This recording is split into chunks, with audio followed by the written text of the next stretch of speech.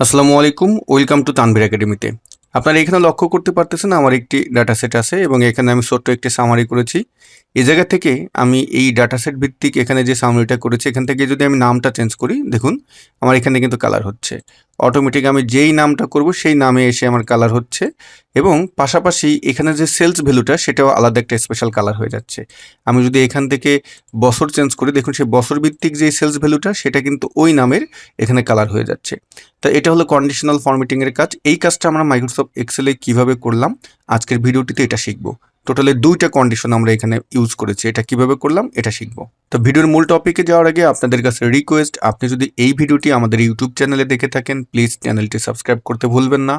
আর যদি ফেসবুক পেজে দেখে থাকেন লাইক এবং ফলো করতে ভুলবেন না। আর আপনার বন্ধুদের মাঝে অবশ্যই এটা শেয়ার করে দিবেন যাতে আপনার পাশাপাশি আপনার বন্ধুরাও যেন মাইক্রোসফট এক্সেলটা শিখতে পারে। তো চলুন ভিডিওর মূল টপিকে চলে যাই। ডিয়ার ভিউয়ার্স, প্রথমত আমরা এই নাম ভিত্তিক এখানে যে নাম আছে আমরা এখান থেকে যে নামটা সিলেক্ট করব সেই নামটা সিলেক্ট করলেই আমাদের এখানে নামের যে ফুল রোটা আছে এটা একটা কালার হবে, হাইলাইট করবে। তো এটা আমরা প্রথমে তৈরি করব। এজন্য আমরা ফুল এই যে আমাদের ডাটা সেটটা আছে এই রেঞ্জটা সিলেক্ট করলাম। তারপরে হোম মেনু থেকে ডান পাশে দেখবেন স্টাইলস নামে যে গ্রুপ আছে, এখানে কন্ডিশনাল ফরম্যাটিং যেই টুলটি আছে আমরা এখানে যাব, এখানে ক্লিক করব। করে আমরা এখান থেকে নিউ রুল আছে এই নিউ রুলে ক্লিক করব। আমাদের সামনে দেখতে পাবেন একটি ডায়লগ বক্স চলে আসবে। এখান থেকে আমরা নিচে use a formula to determine এইটাই আমরা ক্লিক করব এবং এই যে বক্স আছে বক্সের এখানে এসে আমরা যেটা করব, আমরা ইকুয়াল টু দিব। ইকুয়াল টু দিয়ে আমরা প্রথমত এই যে যেই রেঞ্জটা সিলেক্ট করলাম তার প্রথম রেঞ্জটা মানে রেফারেন্সটা আমরা সিলেক্ট করব, যেমন B7। এখন এই B7টা সিলেক্ট করে যেহেতু আমরা রো ভিত্তিক কালার চাচ্ছি তাহলে আমরা এখান থেকে রোর যেই লকটা আছে ডলার সাইনটা আছে এটা আমরা উঠিয়ে দেব। তা আমরা জানি আমাদের রো হলো 1 2 3 4 এগুলো। আমরা এখান থেকে এই যে 7-এর আগে যেই ডলার সিম্বলটা আছে এটা আমরা উঠিয়ে দিলাম এবং তারপরে আমরা চাচ্ছি কি যে ইকুয়াল টু দিয়ে এখানে যে কালারটা হবে সেটা কোন নামের ভিত্তিকে হবে। আমরা এই যে নেমের এখানে যেই সামারিটা তৈরি করছি এই যে নেম, এখানে আমাদের কালারটা হবে। সুতরাং আমরা এইটা সিলেক্ট করব। এখানে যে নামটা চেঞ্জ হবে সেটা ভিত্তিক আমাদের রোতে কালার হবে। এখন এটা সিলেক্ট করে আমরা এখন কালারটা তৈরি করব। তো এই জন্য আপনি চলে যাবেন, আমি এখানে আনলাম, এই জন্য চলে যাবেন এই যে ফরম্যাট এই যে মেনুটা আছে এখানে যাবেন। ফরম্যাটে গিয়ে আমরা যে কাজটা করব, ফরম্যাটে ক্লিক করার সঙ্গে সঙ্গে ফরম্যাট সেলের ডায়লগ বক্স চলে আসবে। এখান থেকে আমরা ফিল মেনুতে যাব। ফিল মেনু থেকে এখানে যেই কালারটা দিতে চাচ্ছেন সেই কালারটা আপনি সিলেক্ট করে দেন। দিয়ে আমি ওকে করে দিলাম এবং এই যে নিউ ফরম্যাটিংয়ের যেই রুলের যে ডায়লগ বক্সটা এখান থেকে আমরা ওকে করে দিলাম। এখন খেয়াল করতেছেন আমার এখানে যে নামটা আছে এই নাম ভিত্তিক কি হয়েছে, আমার এখানে কিন্তু কালারটা হয়ে গেছে। এবার দেখুন আমি এখানে যে নামটা চেঞ্জ করব আমার কিন্তু সেখানেই কালার হচ্ছে। সুতরাং আপনার যদি বড় ডাটা সেট থাকে সেখান থেকে কিন্তু খুব সহজে বুঝতে পারবেন যে এখন আপনি কোনটা নিয়ে আলোচনা করতেছেন এবং কোনটা আপনি এখান থেকে সিলেক্ট করেছেন। ওকে, ডান।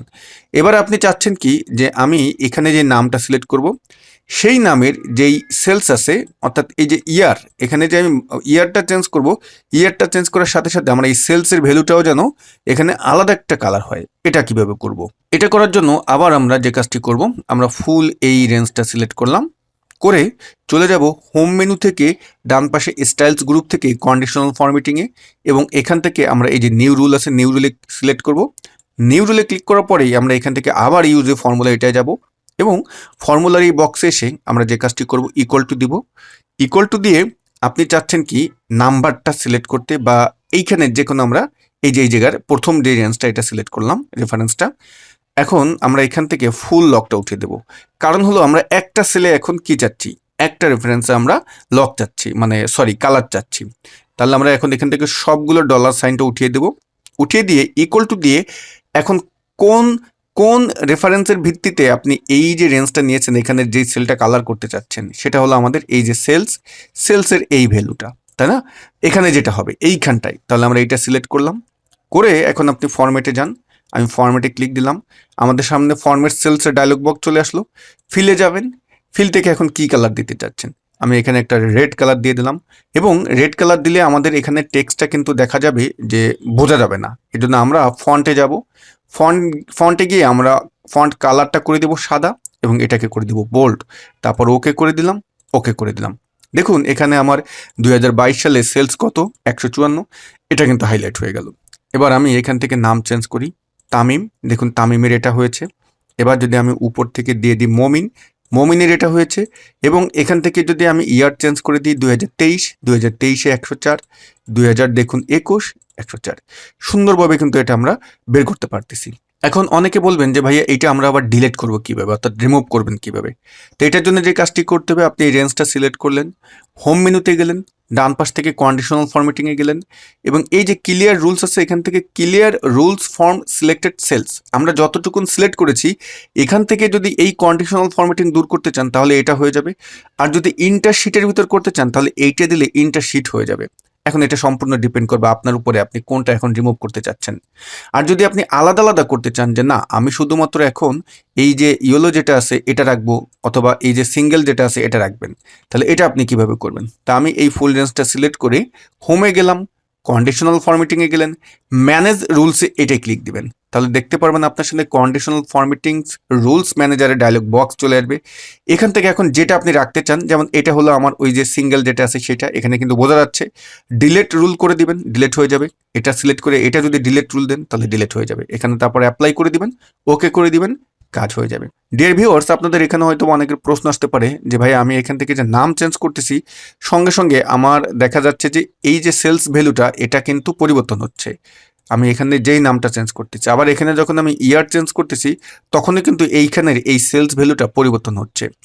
তো এই ব্যাপারটা আমরা কিভাবে ঘটালাম এটা এখন আপনাদের প্রশ্ন আসতে পারে। তো এই বিষয়টা আমরা নেক্সট ভিডিওতে দেখাবো, কারণ এটা একটা ফর্মুলার ব্যবহার। এটা ফর্মুলাটা দেখাতে গেলে একটু সময় নিয়ে আপনাদের বোঝাতে হবে। এটা ইন্ডেক্স ম্যাচ দিয়েও করতে পারবেন, এক্স লুকআপ দিয়েও করতে পারবেন। তা আমরা দুটোটার ব্যবহারই নেক্সট ভিডিওতে আপনাদের সাথে আলোচনা করব। তো এই ভিডিওটিতে আমরা শুধু কন্ডিশনাল ফরম্যাটিং নিয়ে আলোচনা করেছি। ওকে, ভিডিও শেষ করার আগে আপনাদেরকে একটি অ্যানাউন্সমেন্ট দিচ্ছি। আমাদের এই মাসের 29 তারিখে অর্থাৎ 29 ডিসেম্বরে ডাটা এন্ট্রি শিখে ইনকাম করুন এই কোর্সের ৩য়তম ব্যাচের ভর্তি শুরু হয়ে গিয়েছে। যারা ভর্তি হতে চান এই ভিডিওর ডেসক্রিপশন বক্সে দেখবেন আমাদের কোর্সের লিঙ্ক দেওয়া আছে, অথবা স্ক্রিনেই আপনারা দেখতে পারতেছেন যে নাম্বার আছে, সেখানে ফোন দিলে আমরা কোর্সের যে লিঙ্কটা আপনাদেরকে SMS করে দিব, তাহলে আপনি আমাদের কোর্স সম্পর্কে সকল তথ্য পেয়ে যাবেন।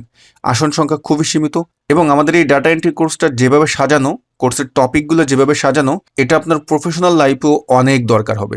কোর্সের লিঙ্কে ক্লিক করলে কোর্সের টপিকটা যদি আপনারা দেখেন, আমি আপনাদের গ্যারান্টি দিয়ে বলতে পারি বাংলাদেশের কোনো ডাটা এন্ট্রি কোর্সে এত সুন্দর টপিক নিয়ে কখনোই ক্লাস করানো হয় না। এবং আমাদের ক্লাসগুলো কিন্তু লাইভ ক্লাস হয়।